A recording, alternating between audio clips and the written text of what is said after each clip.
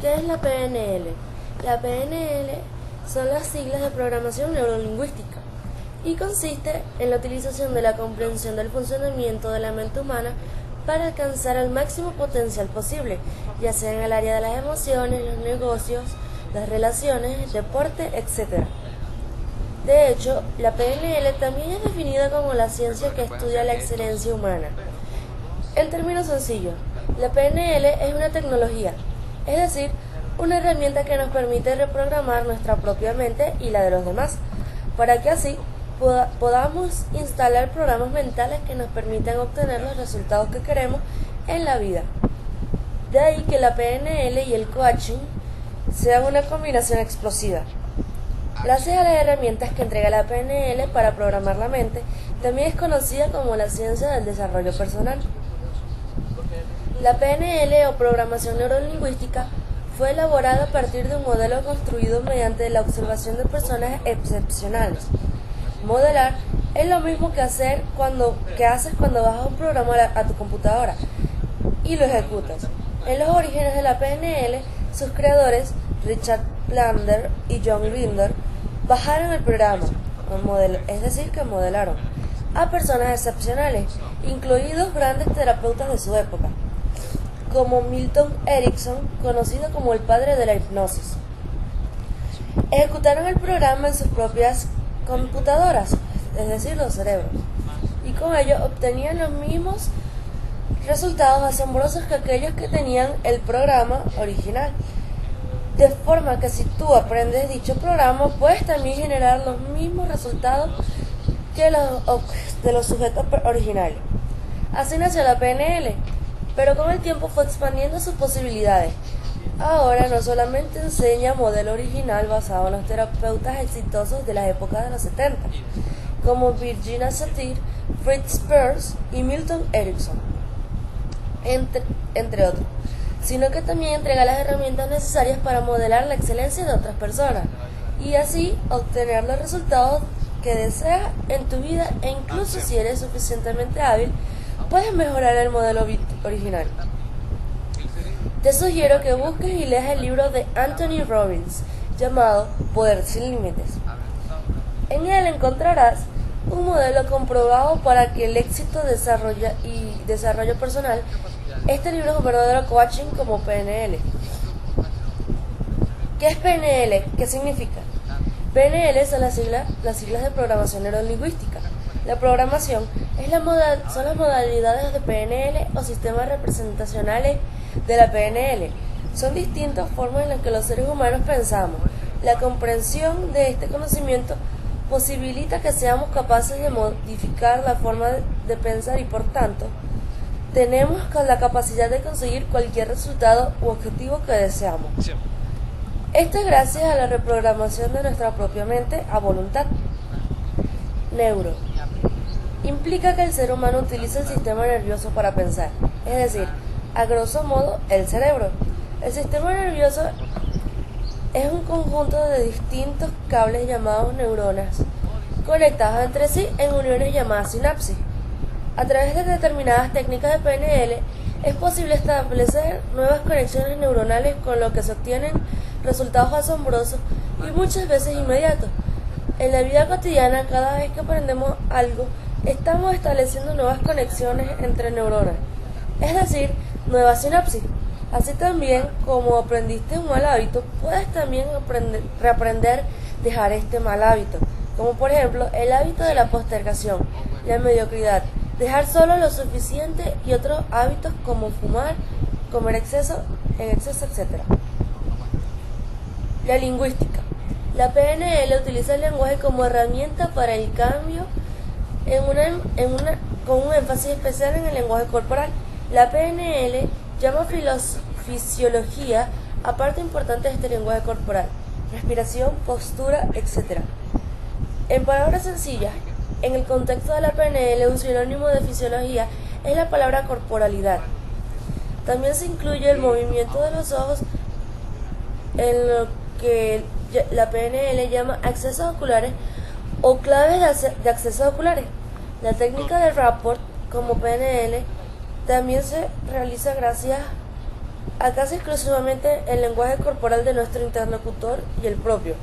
También es importante considerar que este lenguaje es en dos direcciones. Según Tony Robbins, en la comunicación con nosotros mismos, lo que determina la calidad de nuestra propia vida, las emociones y la felicidad. El lenguaje hacia lo externo es importante también, pero la PNL pone un énfasis especial en la calidad de cómo te comunicas contigo mismo. La comunicación con nosotros mismos es mediante sistemas representacionales. Se entiende como el mundo todo lo que vemos, todo lo que se realiza en el interior es visual, ya que el cerebro tiene una forma de adaptarse y desarrollarse el transcurso de los años, con todo lo que vemos y realizamos el día al día. Ya que cuando recordamos algo, el cerebro realiza toda la información o transforma nuestros recuerdos en imágenes. Y lo que hablamos lo transforma en imágenes. Es una forma del cerebro de adaptarse y desarrollarse más rápido, ya que el cerebro es muy ordenado y muy limpio con su mundo que se rodea, ya que ordena imagen, sonido, tacto y lo pone en modo limpio, ya que nuestro cerebro se adaptó de una forma muy sorprendente para ver y transformar todo lo que se rodea, ya que nuestro cerebro tiene una forma de ubicar objetos y transformarlos en pensamientos,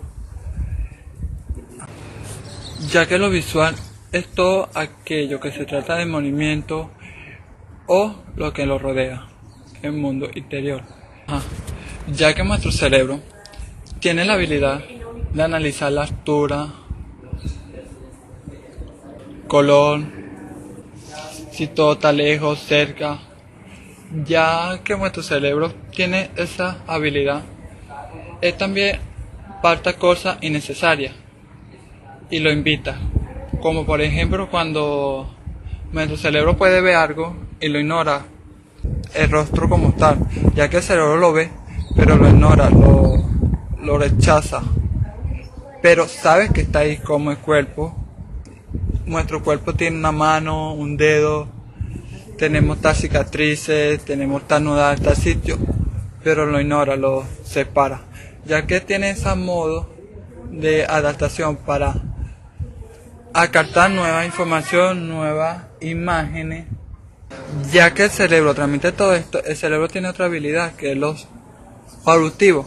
También funciona igual, pero con diferentes funciones, ya que esto es una de las más importantes que tiene el cerebro, porque todo lo que escuchamos, él lo analiza y lo transforma en imágenes. Ya como lo dijimos anteriormente, todo esto se trata de una sola cosa, el cerebro. El cerebro es un mundo tan grande y tan maravilloso que hoy en día no se ha cubierto todas las funciones que tiene el cerebro, ya que lo visual y los auditivos son dos cosas muy distintas, pero se parecen realmente, ya que todo que se oye, el cerebro lo recibe y lo transforma de diferentes formas, ya que hoy tenemos una sociedad muy contaminada con contaminación sónica. El cerebro capta sonidos importantes y aleja otro que no.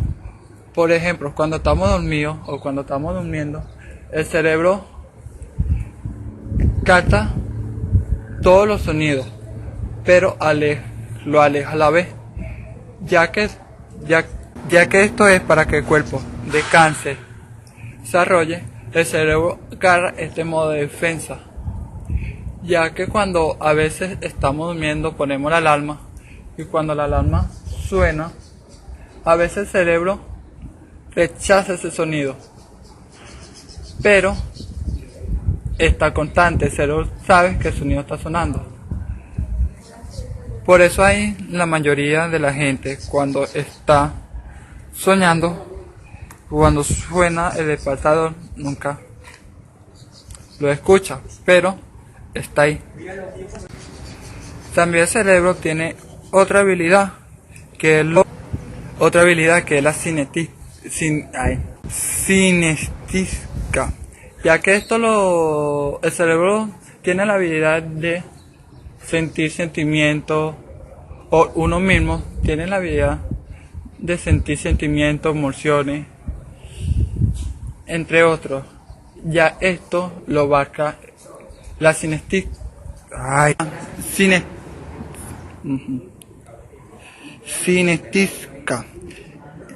ya que todos los seres humanos tenemos la habilidad de enamorarnos, ilusionarnos, sentir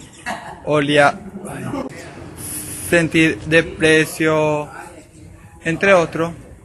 El cerebro esto lo vincula como simple actos químicos y los transmite a través del cuerpo, haciendo liberar hormonas, sentimientos cuando arrugamos la cara o cuando sentimos alegría. El cerebro transmite esto al cuerpo como un acto de emoción. Es cuando sonreímos, a veces cuando estamos felices y lloramos. Esto es todo esto, ya que el cerebro, todo, como lo dijimos al principio, transforma todo imágenes en pensamientos y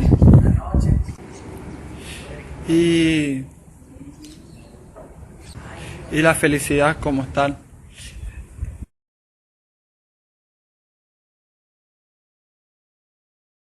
Cada vez que caminamos, hablamos, pensamos, vivimos o simplemente existimos, estamos realmente viviendo en una realidad creada por nuestra mente en base a la interpretación de nuestro entorno. Es por eso que se confunden las cosas y los más conocedores se preguntan si realmente existimos en la realidad o solo es nuestro cerebro quien interpreta las cosas de la manera que más le apetece. Estos medios, que son los que se encargan de hacernos entender con nuestro entorno, de sentirlo y experimentarlo, son los ya mencionados anteriormente: lo visual, lo auditivo, lo kinestésico. Pero, ¿cómo funciona cada sistema? Los distintos sistemas tienen diferentes maneras de trabajar, cada uno con partes importantes que interactúan con el medio y que procesan la información para ser entendida por nosotros como seres humanos. Estos procesos se dan de forma autónoma, funcionando cada uno por separado sin la entera necesidad de que el otro sistema funcione. Sin embargo, los mismos se pueden ver alterados por el otro al relacionarse todos en el cerebro. Y es aquí cuando se nos formula una pregunta interesante: ¿cómo funciona cada proceso? En el caso del sistema visual, el órgano que lo representa y se encarga de procesar la luz que viene del exterior es llamado ojo. Este órgano se encarga de procesar los fotones de luz que rebotan de los distintos objetos que se encuentran a nuestro alrededor. Estos atraviesan la córnea hasta llegar a la pupila, que se verá afectada por la intensidad de la misma, aumentando o reduciendo su tamaño dependiendo si es más o menos luz. El cristalino es donde se proyecta la imagen, siendo esta una representación de la cantidad e intensidad de fotones que lo atraviesan, estando de cabeza e invertida. La imagen pasa por todos los nervios ópticos y son luego interpretados por el cerebro, quien toma el mapa y lo arma formando absolutamente todo lo que vemos. Por lo cual el ojo en sí no es quien ve realmente, sino que más bien es por el medio en que entra la información. Debido a que una falsa imagen es proyectada en la misma cristalina, la cual se encuentra dentro del ojo después del iris y la pupila, en esta se tiende a guardar una imagen en negativo que se observa. Esto es mejor explicado en los distintos juegos mentales que se realizan, que confunden a nuestra mente, que forman, por ejemplo, dos puntitos que se encargan, y cuando nosotros los vemos fijamente y luego miramos a otra parte después de unos 40 a 50 segundos, empezamos a pestañear rápidamente y es allí donde vemos que se forma una imagen. El sistema auditivo, por otra parte, a diferencia del visual, funciona por medio de vibraciones. Recordemos que el sonido realmente son ondas sonoras que se transmiten por el aire, por medio de las moléculas que se encuentran por allí. Estas se propagan y llegan a nuestro oído. Dependiendo de la intensidad de la onda, estas serán más o menos intensas y serán más graves o más agudas, dependiendo de la velocidad en que las mismas vibren. Cabe mencionar que estas ondas son percibidas por el oído, un sistema que interpreta las vibraciones internas y las amplifica para luego enviar impulsos nerviosos a nuestro cerebro y así interpretarlos como el sonido que normalmente escuchamos. Este sistema está dividido en 3 partes. También es importante saber que debido a que el sonido es una frecuencia, o sea, una vibración, nuestro cerebro encuentra agradable o no un sonido más que el otro, por lo que es guardado fácilmente en nuestra memoria a largo plazo. Por su naturaleza pegadiza, como bien sucede con la mayoría de músicas pegadizas que escuchamos en cualquier momento. Esas vibraciones, al ser tan naturales, por decirlo así, entran y quedan guardadas en nuestra memoria. Por último, tenemos al sistema kinestésico, que se podría decir que es el más complejo de los 3, ya que la manera de funcionar y procesar esta información es más compleja que los 2 sistemas previamente mencionados. Por una parte, tenemos que explicar cómo la información es procesada por medio del sentido del tacto, para así entender cómo se aprende por este sistema. Hay que decir también que el principal órgano encargado de este sentido es la piel, que se encuentra dividida en 3 partes, como el oído. Sin embargo, estas partes son llamadas capas. La información es procesada mediante impulsos nerviosos directamente llevados a nuestro cerebro por medio de la columna vertebral, la cual está unida al sistema lumbar, quien se encarga de regular los procesos internos de nuestro organismo. Después, estos impulsos nerviosos y electromagnéticos son interpretados por nuestro mismo cerebro y es allí donde sentimos, donde percatamos nuestro entorno. En pocas palabras, sentimos el tacto. Por ejemplo, las cosquillas, el dolor, la presión en nuestro cuerpo, las caricias, el maltrato, el buen trato y demás. El sistema kinestésico aprende mediante los impulsos que vienen en serie y son guardados en la memoria mediante secuencias neuronales. Recordemos que en el cerebro existen neuronas, un conjunto de células cerebrales que dependiendo de la secuencia, la cantidad y la forma en que trabajan comunican distintas cosas. Estas secuencias son guardadas y reproducidas cada vez que ejecutamos alguna acción con nuestro cuerpo. Con el paso del tiempo y la práctica, nuestro cerebro aprende cómo utilizar esas secuencias neuronales y de recordar la información del espacio en que se trabaja. Algo tan simple como escribir en una computadora o utilizar el teléfono celular pone a trabajar a nuestro cerebro y a reproducir esa información cuando le sea necesario. Es así como los más prácticos en estos sentidos, actuar de forma natural o bailar sin pensar, por simples reflejos. Una cosa más sobre el sistema kinestésico es que los músculos también guardan cierta información, algo conocido y denominado como la memoria muscular. Este tipo de memoria se define como la capacidad que poseen nuestros músculos de recordar algunas acciones y actividades realizadas anteriormente por nosotros mismos. Esto con la finalidad de optimizar el trabajo de todo el cuerpo, realizando varias acciones sin siquiera pensarlas. Reacciones como los reflejos o las realizadas por nuestro subconsciente son atribuidas por la memoria muscular y ellos forman parte del sistema kinestésico. Es por eso que este sistema es el más profundo y complicado de dominar para el aprendizaje. ¿Cómo aprende nuestro cerebro? Para comprender cómo aprende nuestro cerebro y tenerlo en cuenta al enseñar o aprender, es necesario que conozcamos algo de su estructura. El aprendizaje es un proceso fisiológico. Si comprendemos cómo se produce, cómo aprende, comprende y recuerda nuestro cerebro, podremos aprender y enseñar mejor, es decir, con mejores resultados. No será necesario ser expertos en biología, pero sí conocer su estructura básica para comprender qué necesita para aprender. Las nuevas tecnologías han posibilitado brindar información concreta sobre cómo se producen nuestros pensamientos, nuestros recuerdos, nuestros sentimientos, nuestras percepciones y además cómo se produce el aprendizaje. Las teorías de aprendizaje se construyeron en base a observaciones externas de la conducta. Hoy es necesario mantenernos informados en el campo de la neurociencia, porque tendremos que revisar nuestras creencias y convicciones sobre cómo aprende y se enseña para incorporar cómo el cerebro aprende y qué necesita para aprender de nuestras prácticas cotidianas. El cerebro aprende porque es su trabajo. El cerebro aprende porque es su trabajo. mediante el conocimiento de sus necesidades facilitaremos el mismo. Cuando hablamos de aprendizaje también hablamos de supervivencia, ya que la misma depende del conocimiento y el control que tengamos del mundo exterior. Si la función esencial del cerebro es aprender, ¿por qué en el trabajo escolar a veces no se aprende o nos resulta difícil enseñar? En el cerebro ocurren muchas cosas en paralelo, hay muchas interconexiones. La comprensión de la complejidad. Esta función es primordial para la educación. Tipos de memoria. Hay varias formas de clasificar los tipos de memoria, la memoria a corto plazo y a largo plazo. La memoria a corto plazo es la que nos permite recordar algo durante algunos minutos u horas. Intenta recordar lo que has desayunado hoy. Eso es un ejemplo de la memoria a corto plazo.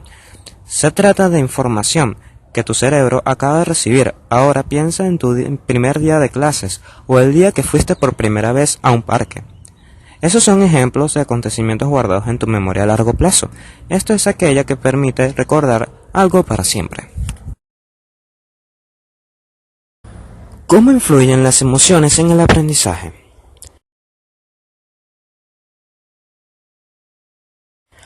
Las emociones, las hormonas y los sentimientos afectan al aprendizaje, que éstas juegan un papel crucial en la memoria, que facilitan el almacenamiento y recuerdo de la información. Cuando involucramos las emociones podemos encontrar diferentes variables.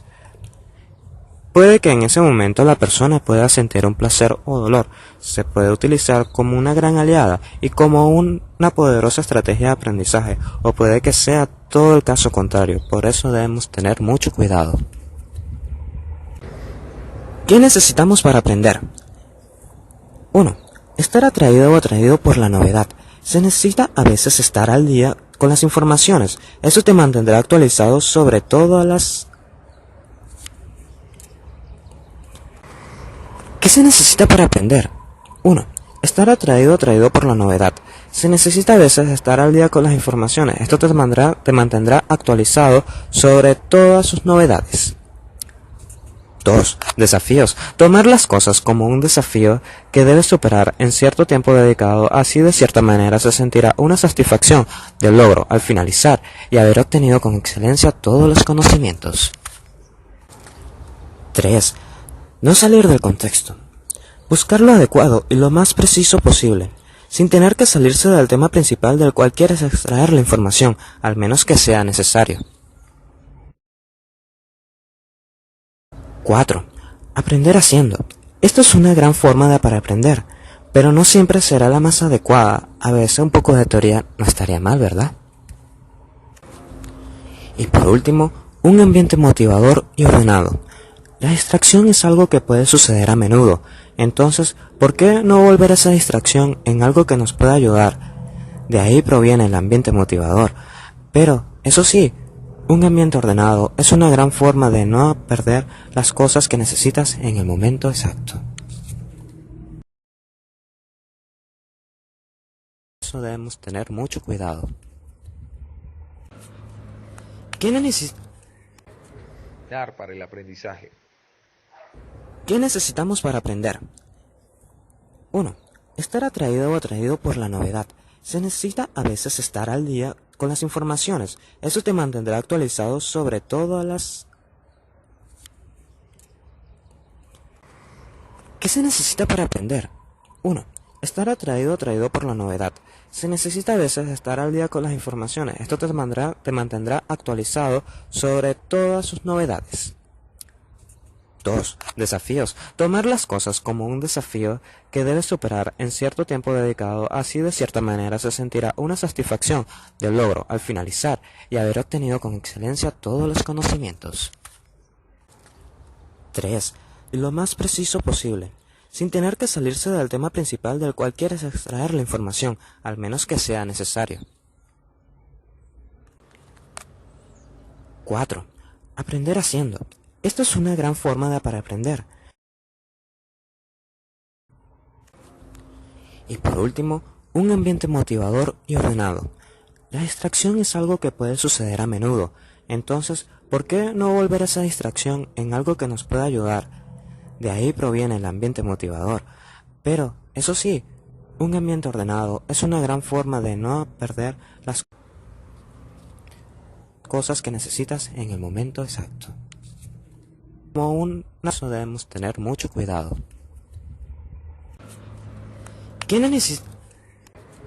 Dar para el aprendizaje. ¿Qué necesitamos para aprender? 1. Estar atraído o atraído por la novedad. Se necesita a veces estar al día con las informaciones. Eso te mantendrá actualizado sobre todas las... ¿Qué se necesita para aprender? 1. Estar atraído o atraído por la novedad. Se necesita sobre todas sus novedades. 2. Desafíos. Tomar las cosas como un desafío que debes superar en cierto tiempo dedicado, así de cierta manera se sentirá una satisfacción del logro al finalizar y haber obtenido con excelencia todos los conocimientos. 3. No salir del contexto. Buscar lo adecuado y lo más preciso posible, sin tener que salirse del tema. Es importante saber e identificar qué tipo de personas somos y la manera en que podemos aprender más fácilmente. Para esto, es bueno sentarse y reflexionar con uno mismo qué cosas yo puedo utilizar a mi favor y qué cosas no. Ejemplo, yo no voy a ver un video, qué sé yo, de 1 hora y media, cuando sé que se me es más fácil leer un libro. Y lo mismo que yo aprendí en 1 hora y media con un video, lo puedo aprender 30 minutos leyendo. Es recomendable, si nosotros queremos cambiar nuestra forma de estudio, queremos hacer que nuestro proceso de aprendizaje sea ya un poco más fácil, o considero que no es lo suficientemente bueno porque estoy raspando una materia en la universidad, lo primero que debemos hacer es hacer que nuestro cerebro note el cambio, que nosotros de verdad hicimos ese cambio. Nuestro cerebro es un órgano traidor, o bueno, por así decirlo. No siempre se va a enfocar en lo que nosotros queremos, porque nuestro cerebro le da más importancia quizá a la diversión o a que él esté entretenido. Ejemplo, si nosotros estamos estudiando matemática en una habitación y al lado está la vecina y tiene la música a todo volumen, nosotros no podemos concentrarnos en lo que estamos haciendo. Estamos escuchando la música de la vecina, ya sea porque nos gusta o nos llama la atención, o quizás la letra se mete de una u otra forma en nuestro cerebro y el cerebro trata de identificarla. Entonces, ¿qué tenemos que hacer nosotros? Tratar de que el cerebro bloquee esa información para que se concentre más en lo que queremos hacer. Uno de los métodos más recomendables por los psicólogos y para que nuestro cerebro se dé cuenta que hay un cambio es hacer cosas diferentes al levantarnos o cambiar, qué sé yo, las posiciones de nuestro cuarto a las que estamos acostumbrados.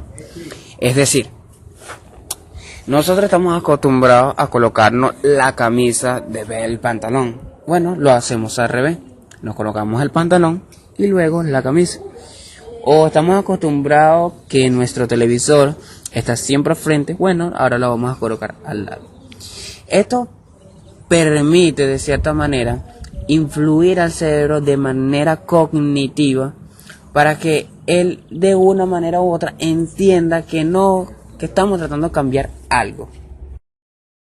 Anteriormente, todo lo que les acabo de explicar, tenemos que crear un hábito de estudio. Es decir, a esta hora yo voy a estudiar, a tal hora voy a hacer tal cosa, para que nuestro cerebro, además ya de identificar que está haciendo el cambio, se acostumbre de manera. Y poco a poco se le haga más fácil entender que a tal hora yo debo hacer tal cosa. Es decir, que ya la hora en que nos molestaba lo de la vecina, como ya estamos acostumbrados a estudiar a esa hora, ya el cerebro se va más a enfocar en lo que nosotros vamos a aprender e ir al punto de una vez. Esto nos puede ayudar a agilizar los procesos cognitivos y mejorar nuestra memoria de largo plazo y de corto plazo, es decir, mejorar las dos, permitiéndonos quizás mejorar de una u otra forma, ¿verdad? Lo que nosotros estudiamos para así utilizarlo después en la universidad. Es decir, irnos mejor, sacar más altas calificaciones y etcétera. Esto no solamente puede ayudar en nuestra vida estudiantil, sino que también nos puede ayudar en la vida cotidiana. Como ya dije antes, como mejora la memoria a largo y a corto plazo, nos puede ayudar, por ejemplo, si yo soy una persona muy olvidadiza, o me cuesta simplemente captar una información o aprender una información, como ya yo, de cierta manera, tengo un hábito de estudio o codifiqué mi cerebro para entender la información de cierto modo, esto se me va a hacer mucho más sencillo. Bueno, gracias, eso es todo lo que tengo que decir.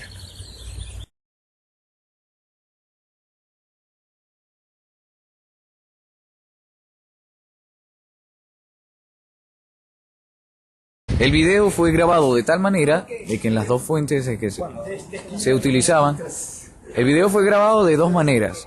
Primero se colocó una imagen donde salían los actores grabando para así hacer una especie de parodia a lo que era un documental. Por otra parte, y aparte de ello, se grabó el audio. Esto con el fin de evitar el ruido de fondo y que se oyera muchísimo más profesional, al fin de estar imitando o parodiando un documental real traducido al español. No por otros fines. Los integrantes del equipo se aprendieron las cosas. Los integrantes del equipo se aprendieron sus partes, cada uno por separado, y luego el video fue grabado para una especie de parodia de documental. Sin embargo, cada uno después fue pasando parte por parte lo que debían decir y doblando así todo lo que tenían que hablar. Como pueden ver, en este momento simplemente se habla, pero nosotros hicimos la imitación de voces de forma que se oyera excelente para el video. Así como estoy haciendo yo ahora, y todo salió excelente.